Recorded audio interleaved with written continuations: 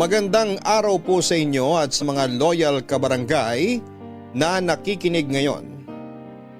Itago niyo na lamang po ako sa pangalang Berlin. 39 years old at kasalukuyang nakatira sa Mekawayan, Bulacan. Marami nagsasabi na kapag mahal mo ang isang tao ay nakahanda kang patawarin siya kung magkamali siya.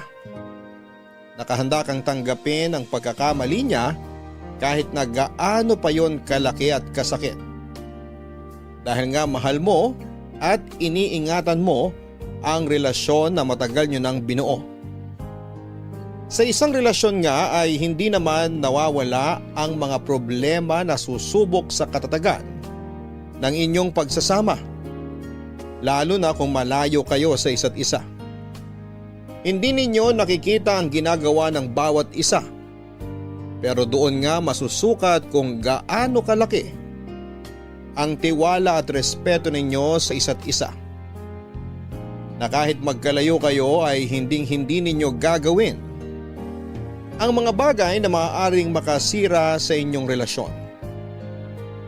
Katulad na lamang ng nangyari sa amin ng nooy long-time boyfriend ko na si Jace. Third year high school pa lamang kami noon ay magkasintahan na kami ni Jace Papadudut. Kami nga yung definition ng perfect relationship noon dahil ni minsan ay hindi kami nag-away at lagi kaming nagkakaintindihan at kung may mga bagay man kaming maaaring pagtalunan ay agad namin yung naaayos bago pa man kami humantong sa away. Hanggang sa makagraduate na nga kami ng college at nagkaroon kami ng kanya-kanyang trabaho ay nag-propose sa akin si Jace. Agad ko namang tinanggap dahil alam ko sa sarili ko na siya na ang gusto kong makasama habang buhay. Sa opisina nagtatrabaho noon si Jace habang ako ay isang crew sa isang sikat na fast food restaurant. Pero nagkaroon kami noon ng kasunduan na hanggat wala pa kaming 32 at wala pang sapat na ipon ay hindi pa kami maaaring magsama at magpakasal.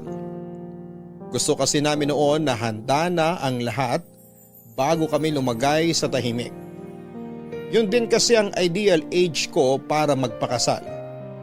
Wala namang naging problema noon sa plano naming pagpapakasal dahil parehong pamilya namin ay boto sa bawat isa sa amin. Pero kinakailangan mag-abroad noon ni Jace dahil sa matinding pangangailangan ng pamilya niya. Lalo pa at na-stroke ang tatay niya na siyang nagtatrabaho para sa kanila. 3 rin ang kapatid niyang nag-aaral noon na kailangan niyang tustusan. Kahit na may pag-aalangan sa akin ay pumayag naman ako dahil para naman sa pamilya niya ang gagawin niya. Nagkasundo na lamang kami noon na kapag nakabalik siya ng Pilipinas ay magpapakasal na kami kahit sa West lang. Pumayag naman ako at sinabi kong mag-iipon din ako para sa kasal namin at ganon din siya. Kailangan lang muna naming tiisin na magkalayo kami at magtiwala sa isa't isa. Malaki naman ang tiwala ko sa kanya dahil sa tagal naming magkasintahan noon ay hindi siya gumawa ng bagay na maaari naming ikasira.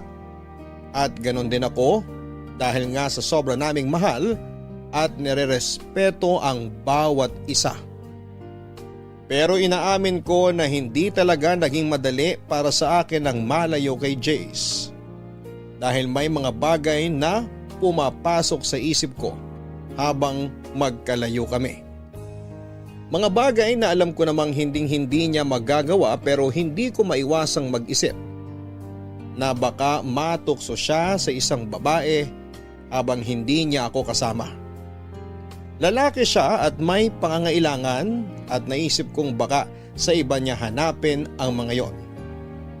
May tiwala naman ako sa kanya pero hindi ko kontrolado ang mga pumapasok sa isip ko. Lalo pa nga at hindi agad nakatawag noon sa akin si Jace nang makarating siya sa Korea bilang isang factory worker sa paggawaan ng mga noodles.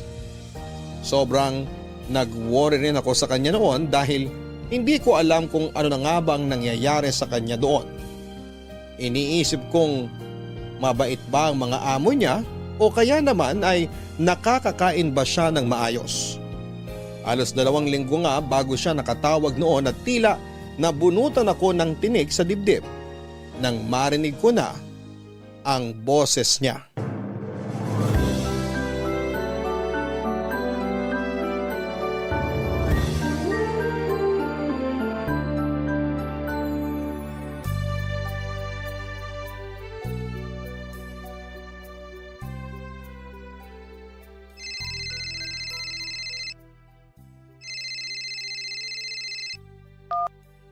Love! Bakit ngayon ka lang tumawag? Sorry love, bawal kasi ang cellphone sa oras ng trabaho. Maikpit dito eh. Kailangan i-surrender ang cellphone ko sa kanila kapag may trabaho. Every 2 weeks lang ako pwedeng gumamit ng cellphone. Kagaya nito, day off ko. Kaya nakatawag ako sa'yo. Ay, salamat naman sa Diyos. Akala ko kung napano ka na dyan eh. Huwag mo ko intindihin dito. Mababait naman ang mga amo ko. Yun nga lang, sobrang stricto ng boss namin. Kapag trabaho, trabaho. Sa bagay, malaki ang pasahod nila kaya dapat talaga sulit ang ibabayad nila sa'yo. Ang importante, ayos ka lang dyan. Oo, di rin naman kami nagugutom dito. Libre ang pagkain namin. Mabuti kung ganon. Maiba nga pala ako. Nakatawag ka na ba kina tita para ipaalam ang lagay mo dyan? Oo, tumawag na ako sa kanila bago ako tumawag sa'yo. O anong sabi nila sa'yo? Ayun, humihingi ng pasensya sa akin. Kasi kinailangan ko para mga ibang bansa para lang sa kanila. Sabi ko wala namang problema basta para sa kanila. Total, andito na rin lang ako. Panahon na para makabawi man lang ako sa kanila. Tama. Basta pagbutihan mo lang ang trabaho mo dyan. Pasasaan ba't magiging maayos din ang lahat? Suportado kita sa lahat ng bagay. Alam mo naman yan. Kaya nga swerte ko sa'yo. Kasi nandiyan ka palagi para suportahan ako. Naiintindihan mo yung mga bagay na kailangan kong gawin. Natural, mahal kita eh. Tsaka para naman sa pamilya mo ang ginagawa mo. Di lang naman para sa kanila itong ginagawa ko. Para sa atin din to. Magtatabi ako kahit papano para sa kasal natin. Kasi gusto na rin talaga kita pakasalan eh. Oo, alam ko. Basta ingatan mo palagi ang sarili mo dyan, ha? Umiwas ka sa tukso kahit anong mangyari. Alam mo namang mahal na mahal kita. Kaya hindi ako matutokso sa iba. Masyado kitang mahal para gawin sa'yo yun. May tiwala naman ako sa'yo. Pero kasi hindi naman natin masasabi, di ba? Malayo tayo sa isa't isa. Huwag ka mag-isip ng kung ano, love. Tatandaan mo lang palagi kung gaano kita kamahal. Kahit kailan hindi ako naging unfaithful sa'yo. Ang tagal na nga natin, oh. 12 years na tayo. Sa tingin mo ba, aabot tayo ng ganito katagal kung mababaw ang pagmamahal ko sa'yo? Sa bagay, tama ka. Pasensya ka na, love, ha? Hindi naman sa wala akong tiwala sa'yo, kaya naiisip ko yung mga ganyan. Naiintindihan naman kita. Hindi mo kailangang humingi ng pasensya. Natural lang na maramdaman mo yan. Malayo ako sa'yo eh. Pero yun lang ang masasabi ko sa'yo. Mahal na mahal kita. Ikaw lang babaeng mamahalin ko at iharap ko sa altar. Kahit naman ako eh. Ikaw lang ang lalaking mamahalin ko. Basta, tiis-tiis lang muna tayo, love ha. 2 taon na lang naman eh. Saglit lang sa atin to. Oo naman. Basta every 2 weeks lang ako makakatawag ha. Huwag kang mag-isip na baka nang bababae ako rito o ano. Hayaan mo kapag day off ko, ikaw ang una kong tatawagan. Magdamang tayo mag-uusap noon.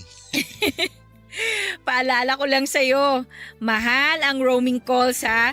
Hindi yan kagaya dito sa Pilipinas na unlimited. Tama na sa akin yung makausap ka kahit sandali. Malaman ko lang na ayos ka dyan, okay na ako. Oo nga pala. O paano? Babay muna ha. O sige, basta mag-iingat ka palagi dyan ha. Tumawag ka kagad sa amin kung may problema. Sige love, salamat ha. Kayo din, mag-iingat kayo dyan. Lalo ka na, pakakasalan pa kita. Oo. O sige na love, I love you. I love you too.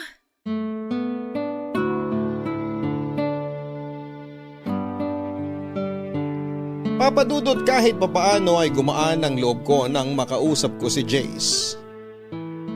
Nabawasan din ang pag-aalala ko sa kanya dahil sinabi niyang ayos lang siya doon.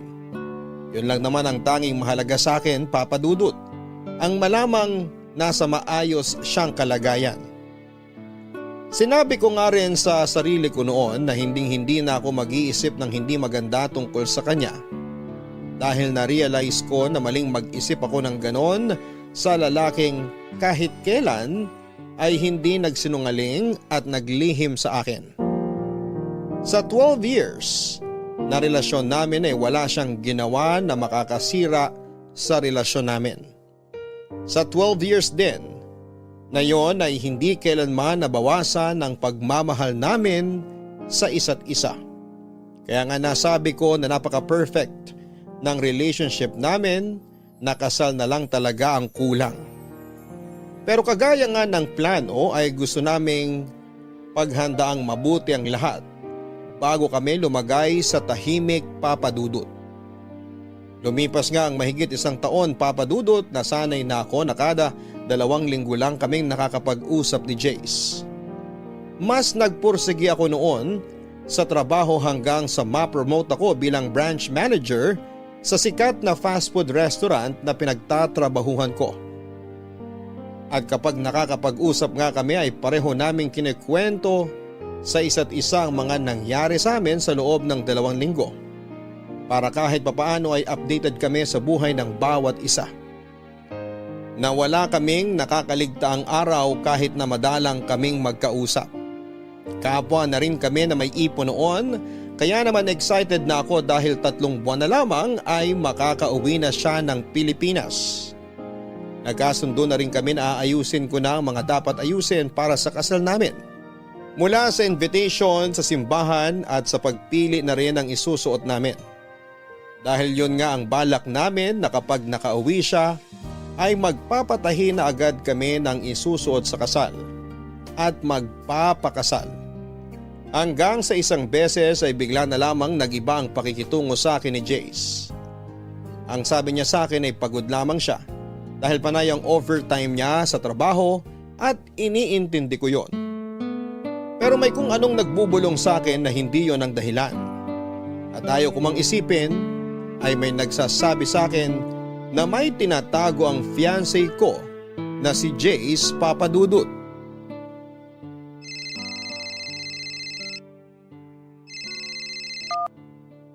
Hi, love! Buti naman nakatawag ka na. Hintay ako ng hintay sa tawag mo last time eh. Peak season kasi. Ah, ganun ba? O kumusta naman ang trabaho mo? Ganun pa rin. Walang pinagbago. Eh kumusta naman ang nakaraang linggo mo? Ayos lang. Puro trabaho. Ayos ka lang ba, love? Oo. Bakit? Wala naman. Para kasing wala kang gana makipag-usap sa akin. Guni-guni mo lang yun. Kung ayaw kitang kausap, di sana hindi na ako tumawag. Ewan ko, ibang-iba ka kasi ngayon eh. May problema ba? Sabihin mo sa akin. Walang problema. Huwag mo ko intindihin. Ay, love, kung may problema ka, sabihin mo sa akin. Para mapag-usapan natin. Hindi yung sinasarili mo lang. Wala nga akong problema. Nag-iisip ka na naman ng kung ano-ano eh. Tingin mo ba bakit ako nag-iisip ng kung ano-ano ngayon? Jace, 13 years na tayo. Kilalang kilala na kita. Alam ko kung may problema ka. Kaya magsabi ka na sa akin, ano ba kasing problema? Sorry love. Promise, wala talagang problema. Sobrang pagod ko lang siguro. Sigurado ka? Oo love. Eh kung gusto mo, magpahinga ka na lang muna. Sa ibang araw ka na lang tumawag. Hindi, okay lang. Kwentuhan mo na lang ako tungkol sa mga ganap sa'yo nito mga nakaraang linggo. Same routine pa rin. Bahay, trabaho, ganun. Ah, siya nga pala. Okay na yung layout ng wedding invitation natin. Date na lang ang kulang. Tapos, nailista ko na yung mga pagbibigyan. Nakapili na rin ako ng simbahan kung saan tayo magpapakasal, love. Tapos, pagbalik mo dito, magpi-prenup shoot na tayo. Hello, love? Andyan ka pa? Oo. Narinig mo ba yung sinabi ko? Oo. O wala ka bang sasabihin? Baka pwedeng i-postpone na natin yung kasal? Kahit mga 2 years? Ano? Postpone? Love, ang tagal na nating pinlano to. Alam ko, kaso… Kaso ano? Budget? May problema ba sa budget, Jace? May ipon ako, sapat yun para sa pagpapakasal natin. Hindi naman yun. Naisip ko lang na mag-extend muna ng mga 2 taon dito. Bakit? 2 taon lang ang kontrata mo dyan Paano ka mag-extend? Ano, magti-TNT ka? Hindi. Pwede naman daw i-renew yung kontrata pagkatapos nito. Pero bakit nga? Bakit ka mag-extend? Okay naman na si Tito, nakakapagtrabaho na siya ulit. Ano man lang yung umuwi ka muna rito, di ba? Para maasikaso yung kasal natin. Di pagkatapos ng kasal natin, sige bumalik ka na ng Korea, magtrabaho ka ulit. Hindi nga kasi ako makakauwi. Gusto ko pa sana magtrabaho na mas matagal dito. Jace, alam mo hindi ka nakakatuwa. Kung may problema ka, sabihin mo. Kung gusto mo nang umatras sa kasal, sabihin mo. Hindi yung ang dami mong dahilan. Burley naman. Ang sabi ko lang, i-postpone muna natin yung kasal. Wala akong sinabing atras ako. Pwede ka namang umuwi muna rito para sa kasal natin. Tapos tsaka ka na bumalik. Ay, nakapaghintay naman tayo ng 13 years, di ba? Ano ba naman yung 2 taon pa? Oo, nakapaghintay tayo. Pero nakaplano na lahat, Jace. Ang sabi mo, ayusin ko na lahat ang dapat asikasuhin para pag uwi mo wala ka ng gaanong aayusin. Ikaw na lang ang kulang. Tapos ngayon sasabihin mo, i-postpone? Bakit? Sige na. Uuwi na ako para magpakasal tayo. Tatapusin ko lang yung 3 buwan pang kontrata ko. Hindi ko alam kung ano ba talagang problema at bigla ka na lang magsasuggest na i-postpone natin. May problema ba sa family mo? Wala. Hayaan mo na. Uuwi na ako. Magpapakasal tayo kaya huwag ka nang mainis. Sa susunod na lang tayo mag-usap kaya kung makakatawag ako mamaya. Magpapahinga muna ako at wala pa akong tulog. Okay lang ba? Okay, sige.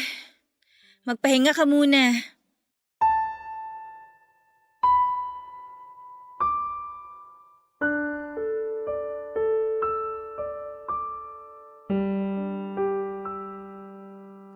Papadudod sa kabilangan ng pagtataka ko sa naging reaksyon ni Jace ay isinawalang bahala ko na lamang yon kahit na may nararamdaman akong hindi maganda.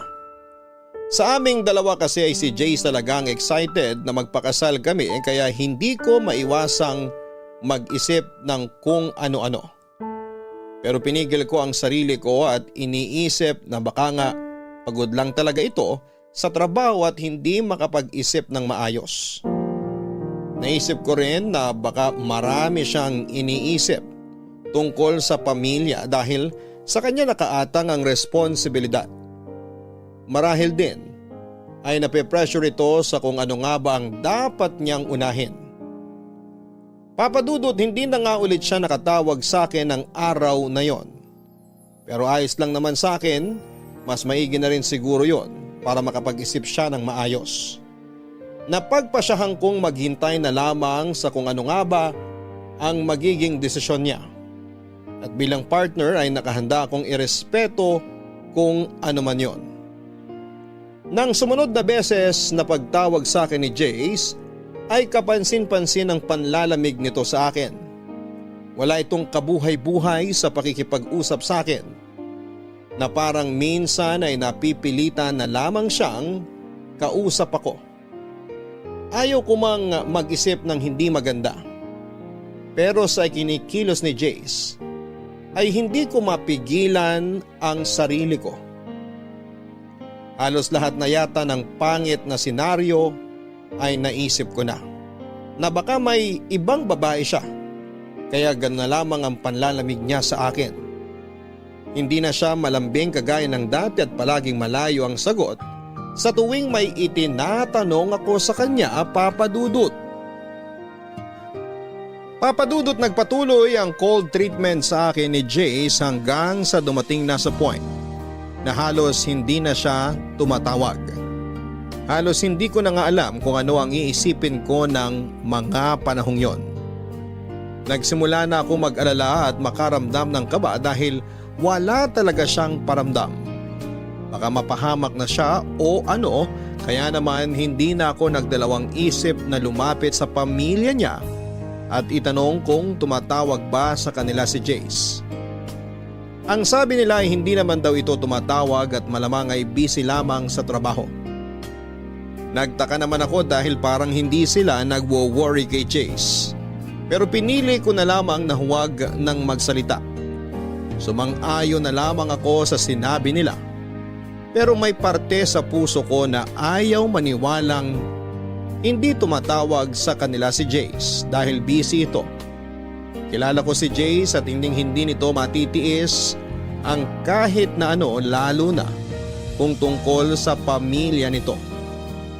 Naisip kong may mali sa nangyayari at kailangan ko yung alamin.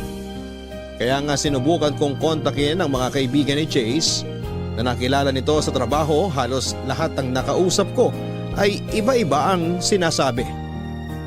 Ang isa ay sinabing busy lang si Jace, samantalang ang isa naman ay sinabing wala naman daw silang gaanong ginagawa dahil tapos na ang peak season. Kaya mas lalong lumakas ang kutob ko na may tinatago siya sa akin hanggang sa nakausap ko ang isa pa sa katrabaho niya na si Carlo.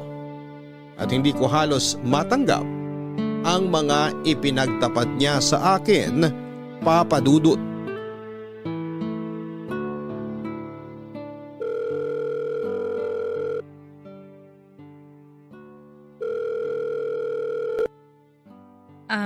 Hello? Hello, Ren. Salamat pala ha, kasi pumayag ka makipag-usap sa akin ngayon. Walang problema. So, ano nga yung gusto mong pag-usapan ulit natin? Alam mo namang matagal ko ng boyfriend si Jace, di ba? Oo, ikakasal na nga raw kayo pag uwi niya. Oo, sana. Kaya lang, ang laki kasi ng ipinagbago niya eh. Parang nanlalamig na siya sa akin. Baka naman marami lang iniisip si Jace. Kilala ko siya kapag may problema yon o may iniisip. Nagsasabi siya sa akin. Pero ngayon, parang may tinatago siya sa akin eh. Hindi na ako makapag-focus sa trabaho ko kasi iniisip ko siya. Kung ano na bang nangyayari sa kanya, wala na rin akong maayos na tulog kakaisip kung ano ba talagang pinagkakaabalahan niya. Ano kasi, wala ako sa posisyon para sabihin sa'yo to. Na alin? May alam ka ba?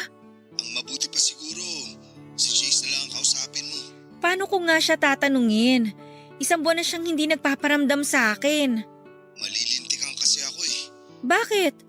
Pinagbantaan ka ba ni Jace? Hindi, pero iisipin nun na ako ang nagsabi sa'yo. Pangako, hindi ko sasabihin sa kanya. Kaya kung may alam ka, please, sabihin mo naman sa akin. Ay, kung ano man ang marinig mo sa akin, lagi mong isipin na mahal ka ni Jace. Kahit kailan, hindi nabawasan ang pagmamahal niya sa'yo. Ikaw lang ang nag-iisang babaeng minahal ni Jace. Pwede bang diretsahin mo na ako? Ano ba talagang problema? Ang totoo kasi niyan, may nabuntis si Jace dito. Ano? Nabuntis? Sino? Kasama namin dito sa factory. Oy, hindi magandang biro yan ha? Sana nga, nagbibiro lang ako. Paano nangyari yun? Babae ba siya ni Jace? Hindi, Berlin. Hindi. Alam ng Diyos kung gaano ka kamahal ni Jace. Yung nangyari, hindi sinasadya. Paano hindi sinasadya? Nagkayayaan kasi magkainuman pagkatapos ng holiday. Lahat kami magkakatrabaho. Hanggang sa nalasing kaming lahat. Hindi na namin alam yung mga sumunod na nangyari. At si Jace? Paano niyo nasabing si Jace ngayon nakabuntis dun sa babae kung lasing kayong lahat? Sila kasi yung magkasama sa kwarto nung magising kami kinaumagahan. Pero maniwala ka o sa hindi, sising-sisi si Jace sa nangyari. Mahal na mahal ka niya. Mahal? Kung talagang mahal niya ako, sana umiwas siya sa mga bagay na makakasira sa amin. 13 years na kami. Saka pa siya nagloko. Hindi kanya niloko, Berlin. Hindi sinasadyang nagkamali lang siya. Hindi sinadya o sinadya. Nagkamali siya. Dinungisan niya yung relasyon na napakatagal na naming iningatan. Maniwala ka. Mahal na mahal ka ni Jace. Hindi lang niya alam kung paano sasabihin sa'yo yung totoo. Nagigilty siya ng sobra sa nagawa niya. Ang dami niyang pagkakataon para sabihin sa akin. Kasi nga, hindi niya alam kung paano sasabihin. Pero please lang, Berlin. Wag na wag mong sasabihin na ako ang nagsabi sa'yo, ha? Labas ka rito. Salamat kasi sinabi mo sa akin yung totoo. Huwag kang mag-alala. Hindi to malalaman ni Jace. Ay, salamat. Pero sana maayos yun ni Jace to. Hindi ko alam. Pero susubukan ko. Yung babaeng nabuntis niya, naghahabol ba? Hindi, may asawa sa Pilipinas yun. Natatakot nga at baka malaman ng asawa niya. Ang hinihiling lang niya kay Jace, sustento at suporta sa pagbubuntis niya. O sige, salamat. Pasensya ka na rin sa abala ha.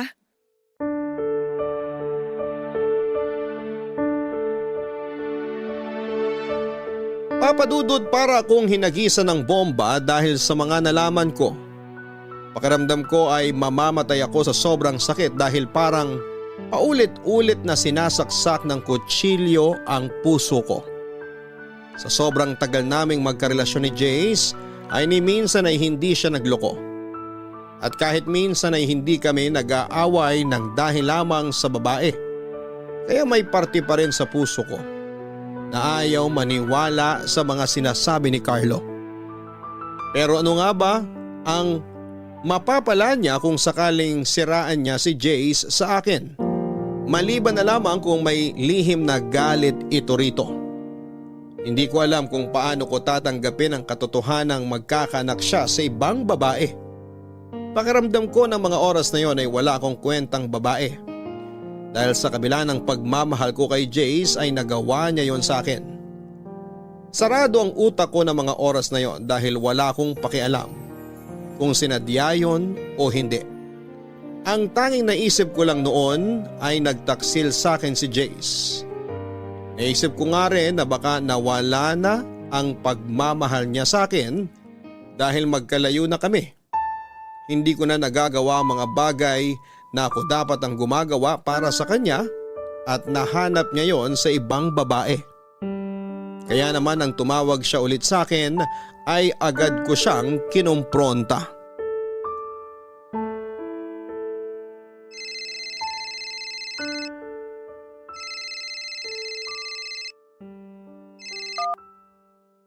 Hello? Napatawag ka? Hi love, pasensya na kung ngayon lang ako nakatawag ulit. Sobrang dami lang talagang ginagawa sa factory. Lagi pa ako nag-overtime. Ayos lang. Galit ka ba sa akin? Hindi. May dapat ba akong ikagalit? Oo, kasi matagal akong di nakatawag sa'yo. Alam ko naman na busy ka. Sorry talaga love. Namiss kita ng sobra. Kamusta ka na? Ayos lang, buhay pa. Bakit parang galit ka sa akin? Sorry talaga love kung ngayon lang ako nakatawag. Sorry din kung lagi akong lutang pag magkausap tayo. Sobrang dami ko lang talagang iniisip. Kung ano man yung iniisip mo, wala akong pakialam. Love naman. Sorry na. Babawi ako sa'yo, promise. Tuloy na uwi ko. Mapapakasalan na kita. Uuwi ka? Paano yung nabuntis mo dyan? Saan mo naman ako yung kalokohang yan? Alam mo loyal ako sa'yo. Kung magloloko ako, di sana noon ko pa ginawa. Alam mo naman kung gaano kita kamahal. Hindi ko alam kung anong klaseng pagmamahal yung sinasabi mo. Teka nga, sino nagchismis sa'yo niyan? Alam mong hindi kita kaya ipagpalit sa iba. Mahal na mahal kita, Berlin. Pwede ba, Jace? Huwag na tayong maglokohan. May nagsumbong na sa akin kaya huwag ka nang magsinungaling.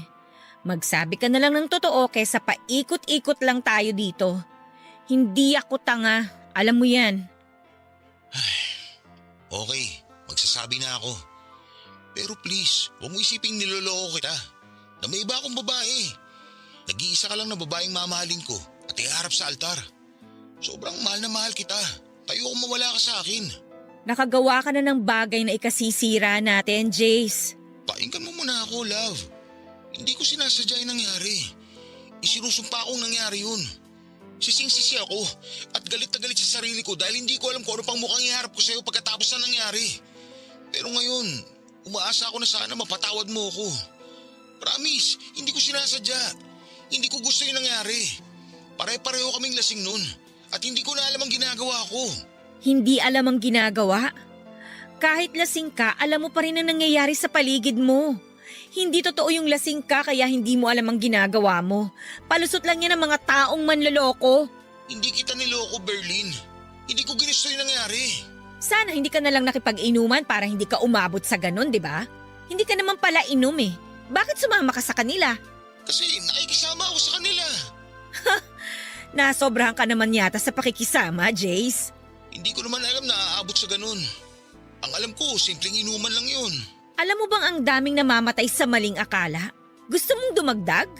Alam mo, Berlin, walang patutunguhan tong usapan natin. Paulit-ulit lang eh. Hindi rin tayo nagkakaintindihan. Sinabi ko na nga hindi ko ginusto yung nangyari. Oh, ngayon ikaw pa ang galit? Ang galing mo naman. Ako na nga itong niloko. Ako pa yung kailangan mag-adjust sa katangahan at kakatihang ginawa mo. Pinaliwanag ko na sa'yo kung ano ba talaga nangyari. Pero parang hindi mo naman naiintindihan. Ah, talaga? Ako pa talaga hindi makaintindi. Eh kung ikaw kaya nasa posisyon ko, ano kayang mararamdaman mo, ha? O ano? Bakit hindi ka makasagot? Sa ibang araw na tayo mag-usap. Kapag hindi na mainit ang ulo natin pareho.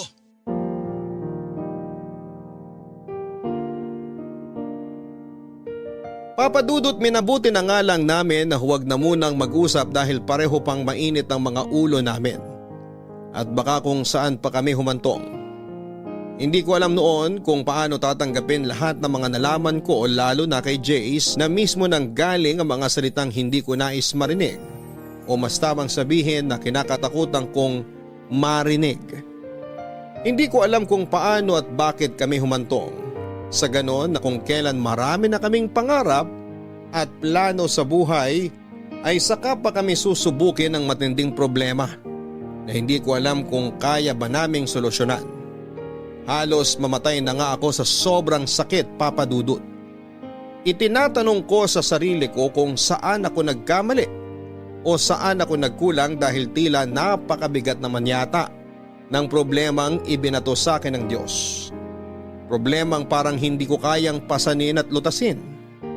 Iniisip ko na sa dami ng plano at pangarap na binuo namin nang magkasama ay isang pagkakamali lang ang magiging sanhi ng pagkasira ng mga yon.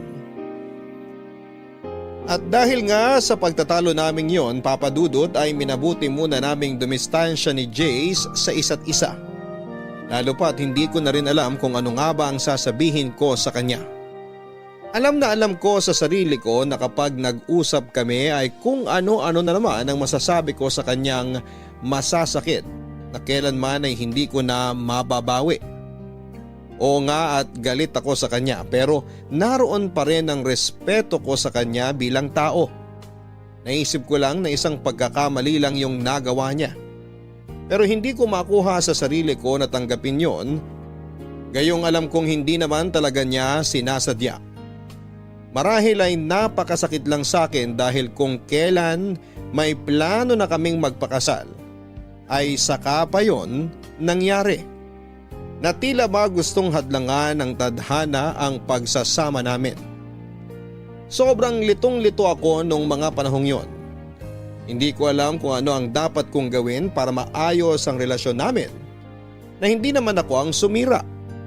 Pero sa kabila nga ng mga nalaman ko ay sinolo ko yon. Walang nakalam kahit sino sa pamilya ko o sa mga taong nakakakilala sa amin dahil ayaw kong masira ang imahe ni Jace sa kanila. Kahit papaano ay gusto kong itago ang kahihiyan dahil naisip ko na ang kahihiyan ni Jace ay kahihiyan ko na rin. Malaking insulto din yon sa akin kung sakali dahil sa tinagal-tagal nga naming magkasintahan ni Jace ay ni minsan ay hindi siya gumawa ng bagay na ikakasira namin. Simpleng inuman lang pala ang magiging mitya ng bombang sisira sa amin. At may mga bagay na hindi talaga maiiwasan kagaya na lamang ng muling pag-uusap namin ni Jace.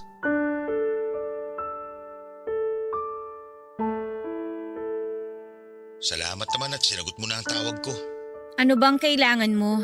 Gusto ko tayong makausap na maayos. Please, Berlin. Alam kong wala akong karapatang magdemand sa'yo pero sana naman. Huwag mo itapon na lang basta napakaraming taon na binuno natin. Ayaw mong mag-demand? Eh ano sa tingin mong ginagawa mo ngayon? Di ba nagde-demand ka? At talagang may gana ka pang gumanyan ha? Kung tutuusin, ikaw ang punot dulo ng lamat na to sa relasyon natin. Alam ko at pinagsisisihan ko yun. Kaya sana naman pakinggan mo ako. Hindi ko alam, Jace. Pakiramdam ko nanliliit ako sa nangyayaring to sa atin. Hindi ko alam kung paano ko titimbangin yung sitwasyon. Dahil sinadya mo man yun o hindi, nagkamali ka pa rin. At hindi lang simpleng pagkakamali ha. May batang involved dito, Jace. Alam kong napakalaki ng pagkakamali ko, Berlin. Pero sana naman tanggapin mo pa ako. Hindi ko talaga ginusto yung nangyari. Hindi ko na talaga alam yung nangyayari sa paligid ko ng mga oras na yun. Berlin, alam mo kung gaano kita kamahal. Yung sakit na nararamdaman mo ngayon, alam ko na ako ang dahilan yan. Kaya para ako mababaliw kasi hindi ko intensyon na saktan ka. Kung pwede ko lang alisin yan, ginawa ko na. Wala kang idea kung gaano kasakit ang nararamdaman ko ngayon. Jay, sobrang tagal na nating magkarelasyon. Wala tayong naging problema. Kung kailan ikakasal na tayo, tsaka pa nangyari to? Ano bang gusto mong maramdaman ko? Love, pagsubok lang to na kailangan natin lampasan. Sabi mo nga sa maraming taon na relasyon natin, wala tayong naging problema. Ito na yun. Sinusubok na tayo kung hanggang saan tayo magiging matatag. Ngayon pa ba tayo susuko? Hayaan ba natin na hanggang dito na lang tayo? Hindi ko alam, Jace. Hindi ko alam kung saan ako lulugar. Hindi mo kailangang isipin yan. Alam mo, ikaw lang nag-iisang babae minamahal ko. Mas importante ka sa akin. Eh paano yung anak mo? Hindi ako magiging masaya kung alam ko may batang magsasuffer dahil lang sa pagkakamaling yon. Hindi ko naman pababayaan yung bata kung yun ang iniisip mo. So suportahan kong bata. Pero hanggang dun lang yun. Hindi mo rin masasabi, Jace. Anak mo yun eh. Dugot laman mo. Kapag nasilayan mo yung batang yon, sigurado ako mag-iiba ang mararamdaman mo para sa bata. Magtiwala ka sa akin, Berlin. Hanggang suporta lang ang maibibigay ko sa bata. Ayoko, Jace. Hindi ko maaatim na agawan ng ama ang isang walang kamuwang-muwang na bata. Kung tutuusin, hindi naman niya ginustong mabuo. Bunga lang siya ng isang gabing pagkakamali. Naawa ako sa bata, Jace. Eh anong magagawa ko? Oo, anak ko yun. Pero mas importante ka sa akin. Hindi naman ako papayag na mawala ka sa akin. Hindi ko naman tatalikuran ng bata eh. Ibibigay ko lahat ng pangangailangan niya. Pero yun lang yun. Naisip ko lang kasi, kung ako yung nasa kalagayan ng babae, parang ang hirap. Yung anak ko walang kikilalaning ama. Love, wag mo munang isipin ng ibang tao, please. Isipin mo muna tayo. Ang relasyon natin. Kung paano natin naayusin. Mahal na mahal kita. At kung kailangan na lumod at magmakaawa ako sa harapan mo, gagawin ko. Lahat gagawin ko para mapatawad mo ako. Huwag mo lang akong iwan. Ang hirap kasi eh. Hindi ko alam kung anong sasabihin ko sa'yo. Hindi ko alam kung ano ba yung tamang desisyon na dapat kong gawin. Basta tuloy yung plano natin. Magpapakasal tayo. Walang magbabago. Ewan ko. Ang kasal sana natin ang pinakamasayang araw sa buhay ko. Pero paano ako magiging masaya sa sitwasyon natin ngayon? Ayoko magpakasaya knowing na may batang magsasuffer in the end. So ano? Ganun na lang? Maghihiwalay tayo? Iiwan mo ako? Ang sinasabi ko lang, palipasin muna natin ang unos. Ituloy natin yung gusto mo na i-postpone muna yung kasal. Kailangan ko rin ng panahon para makapag-isip ng mabuti.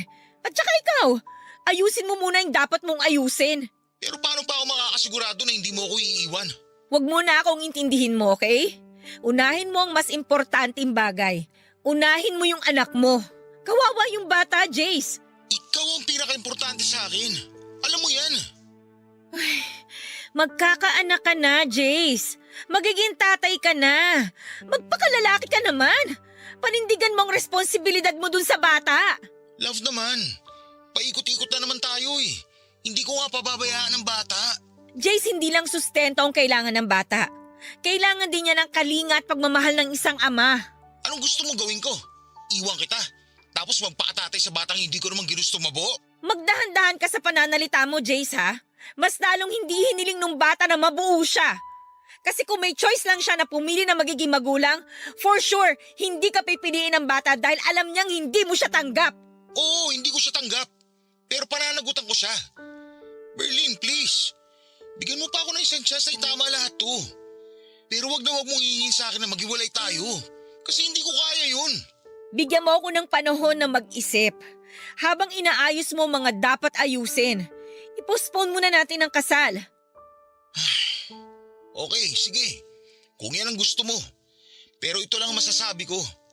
Mahal na mahal kita. At kung kailangan ko mamili, ikaw at ikaw ang pipiliin ko.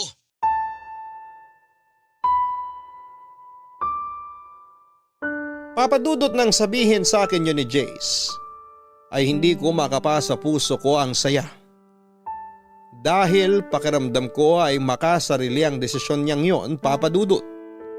Alam kong mahal niya ako pero mas matimbang ang dugot laman. Naisip ko rin na kung ako ang nasa sitwasyon ng babaeng nabuntis niya, ay baka hindi ko kayanin ang pagpapalaki sa bata ng mag-isa. At mas lalong ayaw ko na lumaki ang magiging anak ko na walang kikilalaning ama.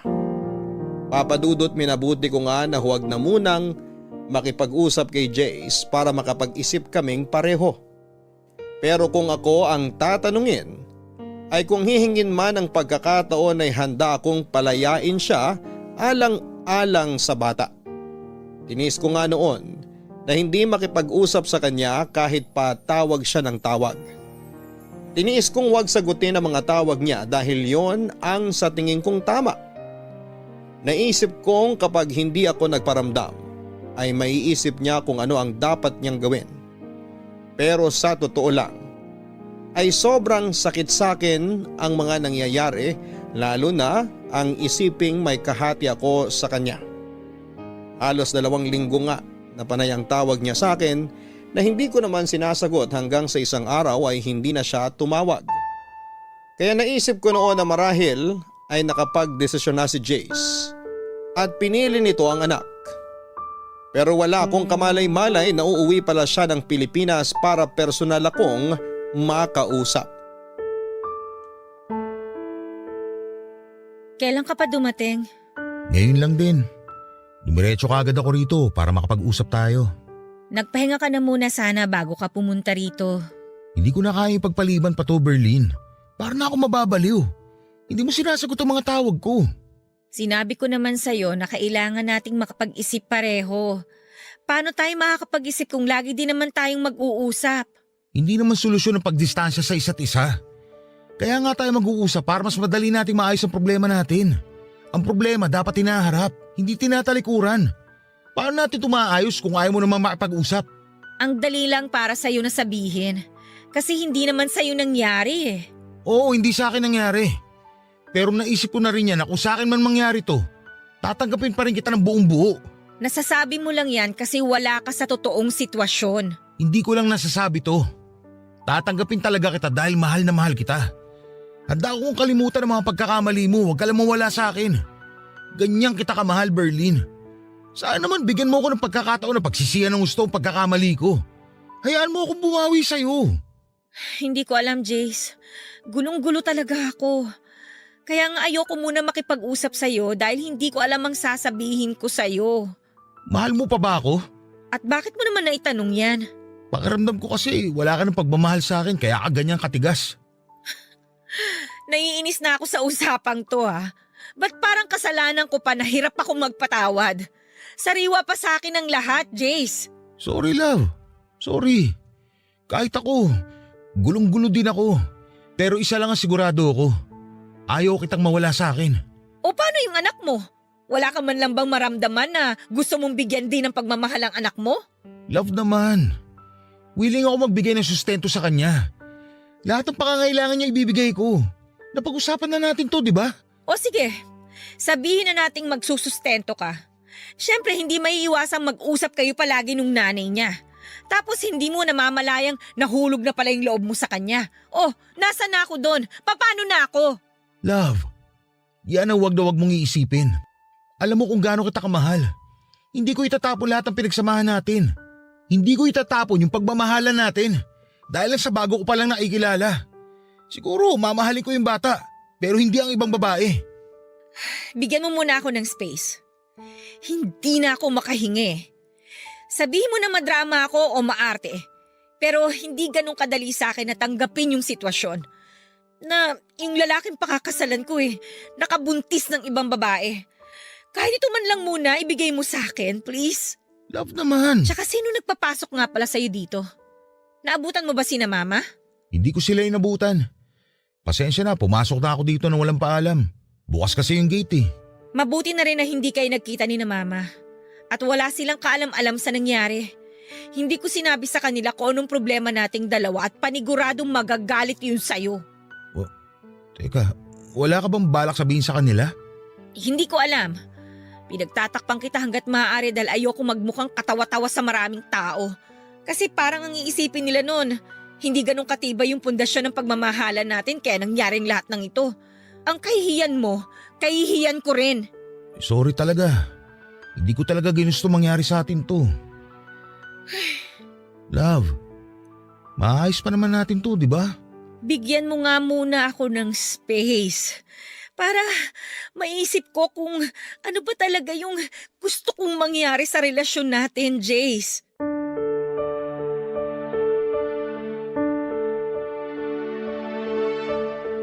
Hindi na nga kumontra pa si Jace noon nang sabihin kong gusto ko muna ng space.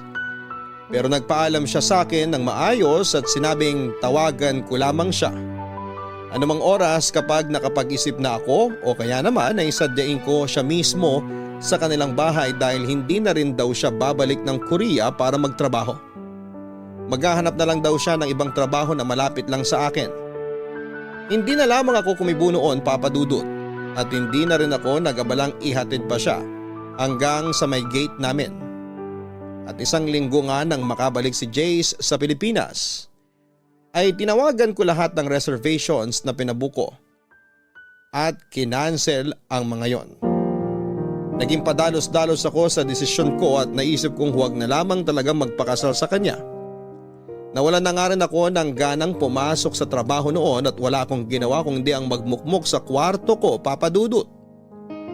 Nakakalata na nga noon ang mga magulang ko pero pinili ko pa rin na magsinungaling sa kanila at pagtakpan si Jace.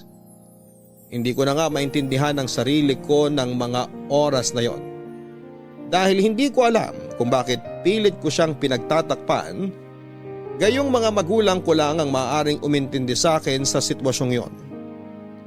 At ang panusot ko na lamang sa kanila noon ay masama ang pakiramdam ko kaya hindi muna ako makakapasok.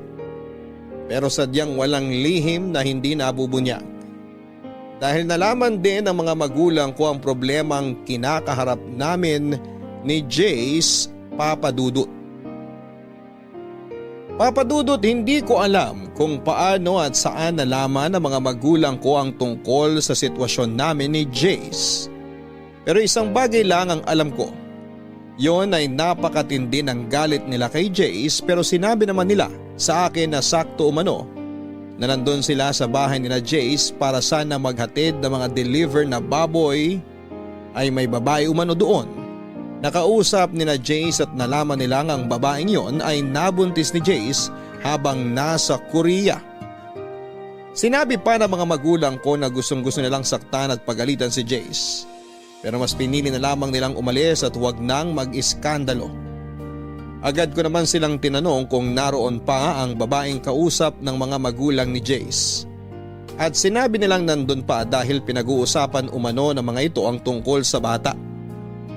Papa Dudut, wala nga akong inaksayang panahon at umalis ako ng bahay nang walang ligo at toothbrush dahil sa pagmamadali kong puntahan si Jace. Pero nang makarating ako doon, ay hindi ko na inabutan ang mga magulang ni Jace dahil may pinuntahan ang mga ito.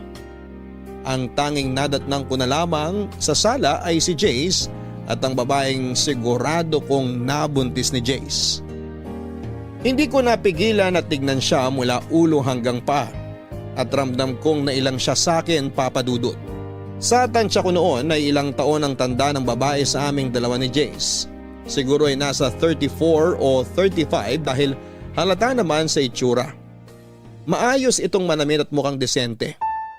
Yun nga lang ay mabigat talaga ang loob ko sa kanya. Nabigla pa nga si Jay sa pagdating ko pero agad ding nakabawi at inanyayahan akong maupo para makapag-usap kaming tatlo.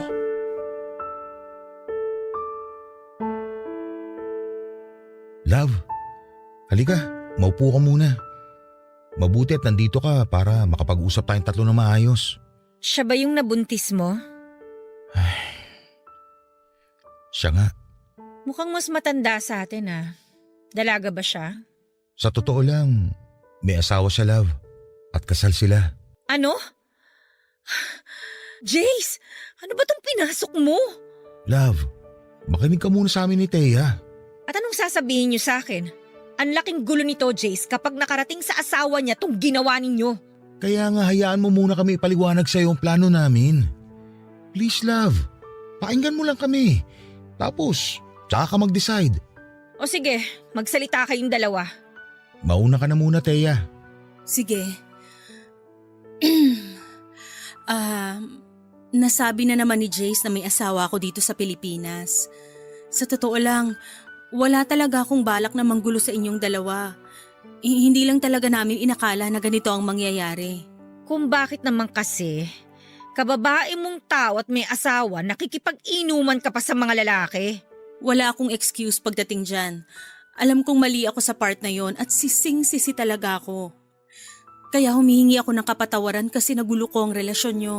Hindi mo lang ginulo, nasira mo na rin. Love, please, patapusin mo muna siya. Wala kayong karapatan na mag-demand sa akin kung kailan ako mananahimik at kung kailan ako pwede magsalita. Magsasalita ako kung gusto ko. Mananahimik ako kung gusto ko. Hayaan mo na, Jace. Humihingi uli ako ng tawad sa iyo, Berlin. Alam kong di madali para sa iyo magpatawad. Ayos lang sa akin kahit habang buhay mo na akong di patawarin. Huwag mo lang sanang idamay ang bata sa galit mo sa amin ni Jace.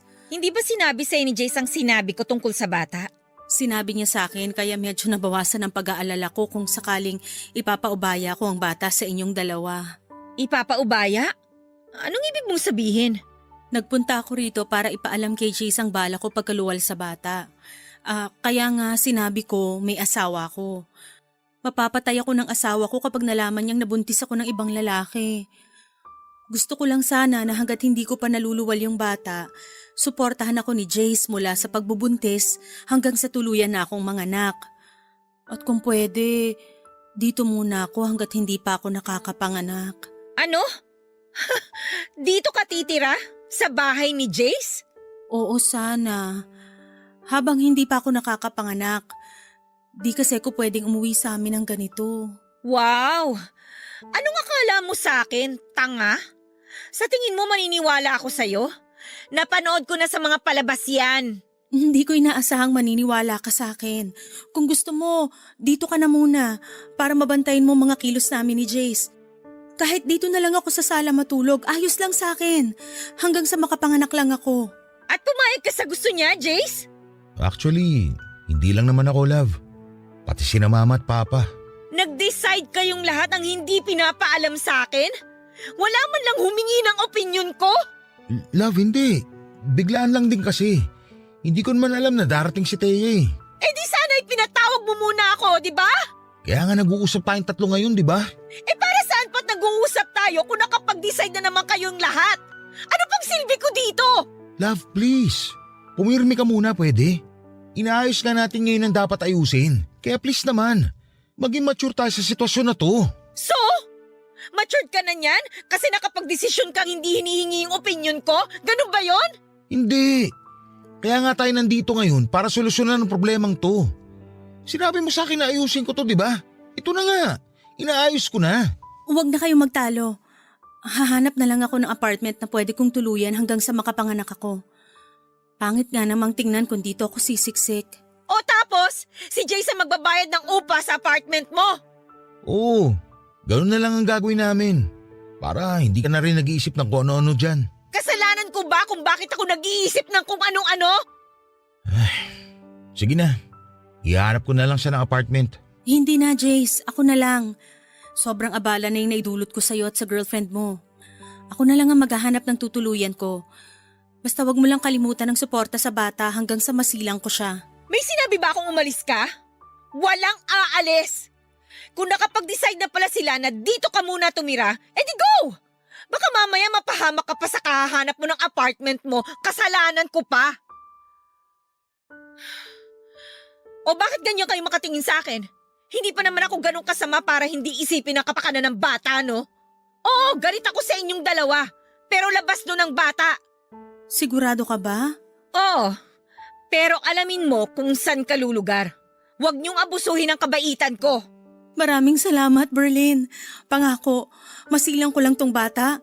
Ipapaubaya ko na siya sa inyong dalawa ni Jace at hindi niyo na ako makikita kahit kailan.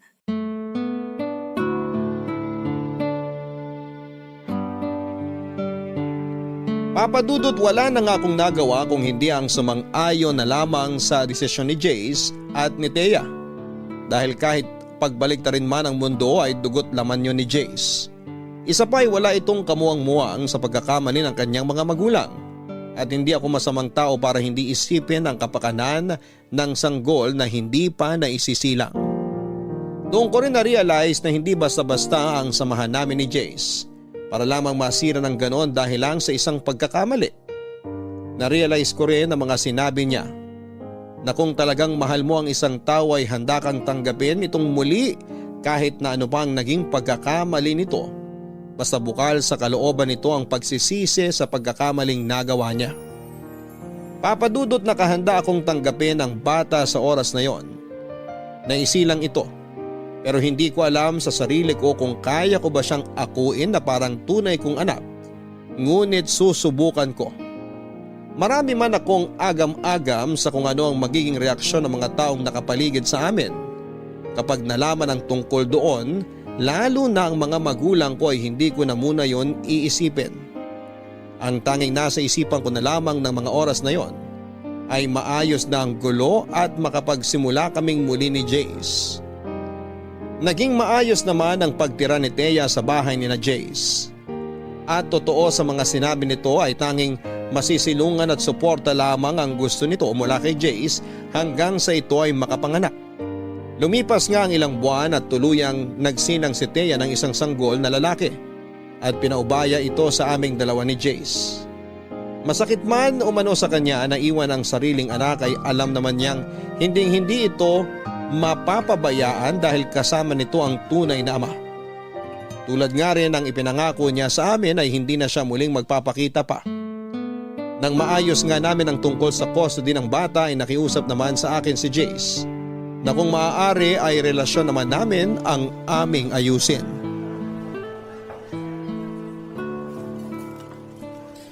Love, Akala ko ba pupunta tayo sa mall para mamili ng mga gamit ni Baby Liam? kumain muna tayo. Gusto ko rin na makapag-usap tayo na maayos. Ano bang gusto mong pag-usapan natin? Galit ka pa rin ba sa akin dahil sa nangyari? Sa totoo lang, hindi ko naman kaagad makakalimutan yung mga nangyari, Jace. Nagre-recover pa rin ako hanggang ngayon. Paulit-ulit akong hihingi ng kapatawaran kung kinakailangan. Pero sana matanggap mo ng buong bata. Ang anak ko. Napag-usapan na natin to, di ba? Oo, hindi madali pero susubukan ko. Dahil wala namang kasalanan yung bata sa lahat ng nangyari eh. Salamat. Pero sana tuloy pa rin ang pagpapakasal mo sa akin. Alam ko mahirap ang hinihiling ko. Pero mahal na mahal kita eh. Alam ng Diyos na ikaw lang nag-iisang babaeng minahal ko bukod sa nanay ko. Sobrang mahal na mahal kita kaya handa akong tanggapin kung magagalit ka sa akin. Sumbatan mo ako. Huwag mo lang akong iwan. Kilala mo ako, Jace. Kahit kailan hindi kita natiis. Siguro nasaktan mo ko pero na-realize ko na mas nangingibabaw yung pagmamahal ko sa'yo kaysa sa galit ko. Mas natatakot ako na mawala ka sa akin. Siguro nga tama ka na ito na yung pagsubok na binigay sa atin ng Diyos. Hindi niya tayo bibigyan ng pagsubok na hindi natin kakayanin. Daraanan lang natin ang pagsubok na to. At sisiguraduhin natin hindi na natin to babalikan. Tama. Hindi kita mamadaliin na patawarin ako. Magalit ka sa akin kahit gaano pa katagal. Tatanggapin ko. Sa totoo lang napatawad na kita. Pero hindi mo pa rin may aalis sa akin yung pangamba ko sa kung ano yung mangyayari ngayon na dumating na sa buhay mo si Liam. Wala namang magbabago, love. Dadagdagan lang tayo ng bagong miyembro ng pamilya. Ikaw na magiging nanay niya. Sa tingin mo ba magiging mabuting ina ako sa kanya? Oo naman. Dahil isa ka mabuting tao. Wala akong alam sa pag-aalaga ng bata. Tutulungan naman tayo ng mga magulang ko. Pero maiba ako. Ano palang sabi ng mga magulang mo tungkol sa bagay na to? Wala naman daw silang magagawa at nandito na to. Kailangan lang daw na panindigan at nakakaawa nga yung bata. Nahihiya rin ako sa kanila. Wala na akong mukhang maiharap sa kanila eh. Pero handa akong hingi ng kapatawaran nila. Galit na galit sila. Pero hindi sa'yo. Nagagalit sila dahil sa nangyari. Pangako, gagawin kong lahat para mapatawad nila ako. Kahit pa mag-back to zero ako sa panliligaw sa'yo at sa kanila. Hindi mo na kailangan gawin yan. Alam naman nilang mabuti kang tao at naging tapat ka sa akin. Sila na nga rin mismo yung nagsabi na sadyang may mga bagay na hindi natin kontrolado at nangyayari na lang. Pero may kasalanan pa rin ako sa nangyari. Maraming paraan para naiwasan ko sana yun. Jace, tapos na yon. Nangyari na. Hindi na tayo dapat nananatili sa isang bagay na parte na lang ng nakaraan. Maraming salamat sa pag-unawa sa akin. Mahal na mahal kita kaya handa akong tanggapin ka sa kabila ng mga nangyari. Pagpasensyahan mo na rin ako kung may mga nasabi akong hindi maganda sa'yo. Naiintindihan kita, love. Alam ko naman kung bakit mo nasabi ang mga nasabi mo. Dala lang yun ng matinding galit at hinanakit. Oo, pero meron akong mga nasabi na hindi naman talaga dapat. Kaya sorry pa rin. Hayaan mo na yun. Wala na yun sa akin. Ang importante na lang ay magkaayos tayo. Ayusin muna natin ang dapat ayusin bago tayo magpakasal. Pumapayag ka na magpakasal sa akin? Ay, ano bang magagawa ko? Mahal na mahal kita eh. Pero unahin muna nating mapabinyagan si Liam. Ang problema, paano natin ipapaliwanag sa lahat kung kaninong anak yon? Kawawa naman siya kung palalabasin nating inampun lang natin siya. Ayos lang ba sa'yo kung sabihin ko sa kanilang anak ko si Liam? Walang problema sa akin. Mas ayoko naman na itago mo siya. May karapatan siya dahil anak mo siya. Huwag mo kong intindihin kasi mahal na mahal kita. Handa ako sa lahat ng sasabihin nila at ng ibang mga tao. At kung talagang totoong tao sila at kaibigan sa atin, hindi nila tayo huhusgahan. Tama ka dyan. Pangako ko sa'yo, babawi ako. Wala kang dapat bawiin. Ang mabuti pang gawin natin, ibuhos natin lahat ng kalinga at pagmamahal kay Liam dahil ikaw lang ang magulang niya ngayon. Bakit sa tono mo? Parang ako lang ang magulang niya. Ikaw na ang nanay niya ngayon. Hindi naman kita pipiliting magpakananay sa kanya eh. Subukan mo lang. Hindi ako mangangako ha, pero susubukan ko.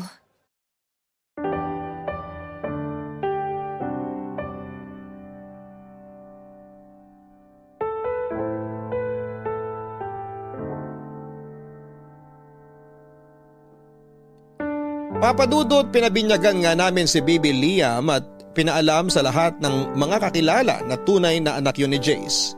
At halos lahat sila ay bumilib sa ginawa ko. Napakabihira lang daw kasi ang kagaya ko na handang tanggapin ang bunga ng pagkakamali ng taong minamahal. Sa totoo lang ay nahirapan din ako na tanggapin ang lahat pero na-realize ko na hindi talaga yon ginusto ni Jace. Ang tanging paraan na lamang namin para maitama ang pagkakamaling yon ay harapin ang nangyari at palakihin ng maayos at busog sa pagmamahal si Baby Liam. Sinabi pa nga nila na isipin lang namin na blessing in disguise si Liam. Lalo pa nga at na-diagnose akong may PCOS. Ibig sabihin ay maliit lamang ang chance ako na magbuntis. Halos madurog ako nang malaman ko pero hindi ako pinanghinaan ng loob dahil sinabi naman ng mga doktor na may mga paraan pa para ako ay magbuntis at magkaanak. Makalipas nga ang ilang buwan matapos ang binyag ni Baby Liam ay ang kasal naman naming dalawa ni Jace ang aming inasikaso. At masayang masaya ako dahil sa paglipas ng mga panahon ay unti-unti nang nabubuo ang pamilyang pinapangarap ko kasama si Jace. Napamahal na rin ako kay Liam at parang tunay na anak na ang turing ko sa kanya. At masasabi ko na napalaki namin siya ng maayos ni Jace dahil lumaki siyang mabait at magalang at higit sa lahat ay mapagmahal. At laking pasalamat ko rin nga nang hindi kalaunan ay nagdalang tawa ko at nagsilang ng isang sanggol na babae na pinangalanan kong Jamaica. Hango sa pangalan naming tatlo ni na Jace at Liam. Sobrang saya ko nga papadudot. Dahil hanggang ngayon ay masaya at nananatiling matatag ang aming pamilya. At tuloy na rin naghilom ang sugat na naiwan ng kahapon. Napatunayan ko rin na ang susi sa maginhawa at masayang pamilya ay ang pagtanggap sa pagkakamali ng bawat isa. At itama yon upang magsilbing pundasyon ng mas matatag na pagsasama. At dito ko na nga po tinatapos ang aking kwento. Maraming salamat po kung ito man ay inyong mapiling basahin sa araw na ito. More power po sa inyong programa. Ang inyong loyal kapuso at kabarangay, Berlin.